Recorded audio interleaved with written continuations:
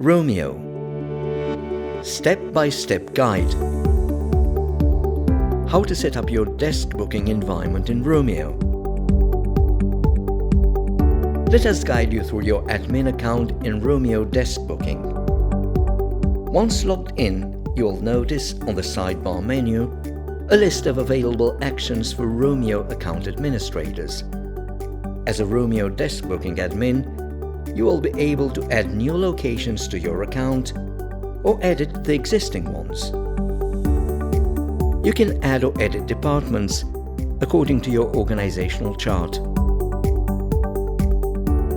Most importantly, you can add new workspaces or edit your existing ones, including location, department, floor, and available resources. You can also add photos so your colleagues can easily identify the rooms.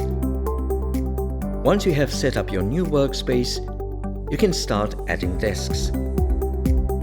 Select all available resources for each desk and keep adding until you reach the number of available desks in the room.